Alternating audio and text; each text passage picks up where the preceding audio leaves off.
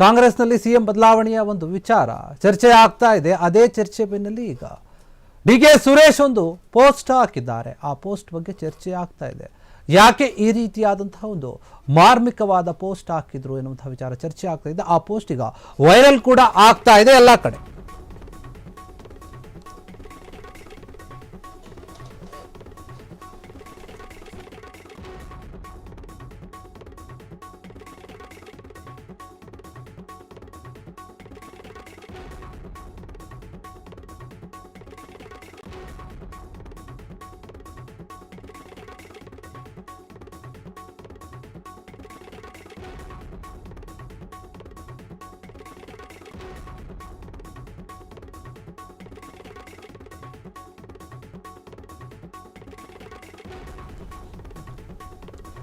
ನೋಡಿ, ಕಾಂಗ್ರೆಸ್ನಲ್ಲಿ ನಾಯಕತ್ವದ ಬದಲಾವಣೆಯ ವಿಚಾರ ಚರ್ಚೆ ಆಗ್ತಾನೆ ಇರುತ್ತೆ. ಬೇರೆ ಬೇರೆ ರೀತಿಯಾದಂತಹ ಬೆಳವಣಿಗೆಗಳು ಆಗ್ತಾ ಇವೆ.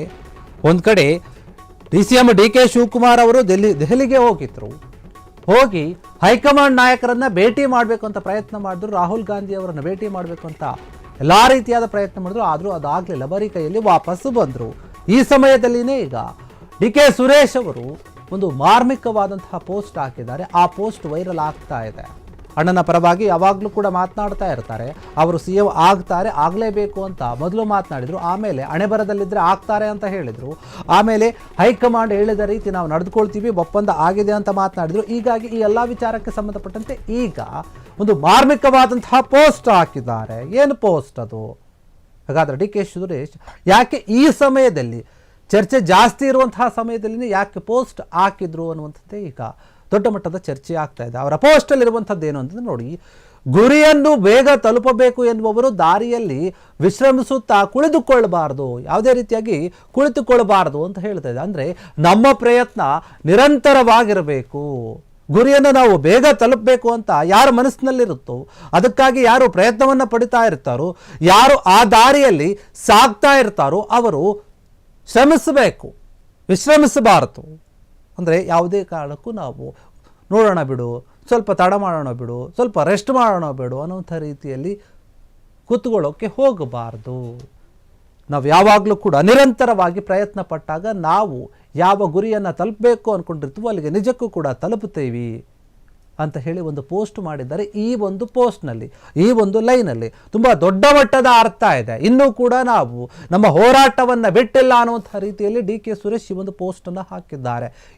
ಈ ಹಿಂದೆ ಹೇಳಿದರು, ಯಾರು ಕೆ.ಎನ್. ರಾಜಣ್ಣ ಮಾತನಾಡಿದರು. ಡಿ.ಕೆ. ಶಿವಕುಮಾರ್ ಅವರು ರಾಹುಲ್ ಗಾಂಧಿ ಅವರನ್ನು ಭೇಟಿ ಮಾಡೋಕೆ ಹೋದಾಗ ಒಂದು ಉದಾಹರಣೆ ಕೊಟ್ಟು ಹೇಳ್ತಾರೆ. ನೋಡಿ, ಡಿ.ಕೆ. ಶಿವಕುಮಾರ್ ಅವರಿಗೆ ನಿಮಗೆ ಹೈಕಮಾಂಡ್ ನಾಯಕರು ಸಿಗ್ತಾ ಇಲ್ಲ, ಭೇಟಿಗೆ ಅವಕಾಶವನ್ನು ಕೊಡ್ತಾ ಇಲ್ಲ ಅಂದರೆ ಅರ್ಥ ಮಾಡ್ಕೊಳ್ಳಿ.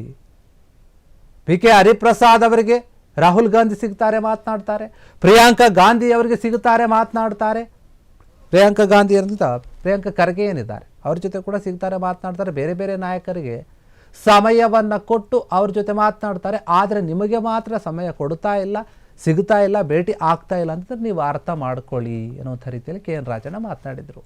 ಹೀಗಾಗಿ ಕೆಲವೊಂದು ವಿಚಾರಗಳನ್ನು ಗಮನದಲ್ಲಿಟ್ಕೊಂಡು ಈಗ ಡಿ.ಕೆ. ಶಿವಕುಮಾರ್ ಕೂಡ ಬೇಸರದ ಮಾತುಗಳನ್ನು ಆಡಿದರು, ಕಾರ್ಯಕರ್ತರ ಮಾತನಾಡಿದರು. ಆದರೆ ಡಿ.ಕೆ. ಸುರೇಶ್ ಅವರು ಏನು ಪೋಸ್ಟ್ ಮಾಡಿದ್ದಾರೆ ಅದರ ಅರ್ಥ ಏನಿದೆ ಅಂತಂದರೆ, ಇನ್ನೂ ಕೂಡ ಪರೋಕ್ಷವಾಗಿ ನಾವು ಹೋರಾಟವನ್ನು ಮಾಡ್ತಾ ಇದ್ದೀವಿ, ನಮ್ಮ ಗುರಿ ಏನಿದೆ ಅದನ್ನು ನಾವು ತಲುಪುತ್ತೀವಿ. ಅದು ಯಾವ ರೀತಿ ಅಂದರೆ ನಿರಂತರವಾದ ಪ್ರಯತ್ನದಿಂದ, ಯಾವುದೇ ಕಾರಣಕ್ಕೂ ನಾವು ಏನು ಸಾಗ್ತಾ ಇದ್ದೀವಿ ಆ ದಾರಿಯಿಂದ ನಾವು ವಿಶ್ರಮಿಸೋದಿಲ್ಲ, ಅಂದರೆ ವಿಶ್ರಾಂತಿಯನ್ನು ತೆಗೆದುಕೊಳ್ಳೋದಿಲ್ಲ, ನಿರಂತರವಾಗಿ ಸಾಗ್ತಾ ಇರ್ತೀವಿ. ಒಂದಲ್ಲ ಒಂದು ದಿನ ನಾವು ಬಯಸಿದಂತಹ ಒಂದು ಗುರಿ ತಲುಪ್ತೀವಿ ಅಂತ ಪೋಸ್ಟನ್ನು ಹಾಕಿದ್ದಾರೆ. ಹೀಗಾಗಿ ಈ ಒಂದು ಪೋಸ್ಟ್ ಬಗ್ಗೆ ಚರ್ಚೆ ಆಗ್ತಾ ಇದೆ. ಇವರು ಯಾವ ಅರ್ಥದಲ್ಲಿ ಹಾಕಿದ್ರು ಅಂತ ಯೋಚನೆ ಮಾಡ್ತಾ ಇದ್ದಾರೆ. ಆದರೆ ನಾನಾ ರೀತಿಯಲ್ಲಿ ಅರ್ಥಗಳು ಬರ್ತಾ ಇವೆ. ಕೆಲವರು ಯೋಚನೆಯನ್ನು ಮಾಡ್ತಾ ಇದ್ದಾರೆ, ಈ ರೀತಿ ಇರ್ಬೋದು, ಆ ರೀತಿ ಇರ್ಬೋದು ಅಂತ ಹೇಳಿ. ಡಿ.ಕೆ. ಸುರೇಶ್ ಅವರು ಅವರ ಅಣ್ಣನಿಗಾಗಿ ಎಲ್ಲ ರೀತಿಯಾದಂತಹ ಒಂದು ಪ್ರಯತ್ನಗಳನ್ನು ಮಾಡ್ತಾ ಇದ್ದಾರೆ, ಅವರನ್ನು ಸಿಎಂ ಸ್ಥಾನದಲ್ಲಿ ಕೂರಿಸಬೇಕು ಅಂತ. ಹೀಗಾಗಿ ಈ ಒಂದು ಪೋಸ್ಟ್ ಕೂಡ ಈಗ ವೈರಲ್ ಆಗ್ತಾ ಇದೆ. ಕ್ಷಣ ಕ್ಷಣದ ಸುದ್ದಿಗಳಿಗಾಗಿ ಫ್ರೀಡಂ ಟಿವಿ ಸಬ್ಸ್ಕ್ರೈಬ್ ಮಾಡಿ, ಲೈಕ್ ಮಾಡಿ ಹಾಗೂ ಫಾಲೋ ಮಾಡಿ. ಹೊಸ ಸುದ್ದಿಗಳ ನೋಟಿಫಿಕೇಶನ್ಗಾಗಿ ಬೆಲ್ ಐಕಾನ್ ಮೇಲೆ ಕ್ಲಿಕ್ ಮಾಡಿ.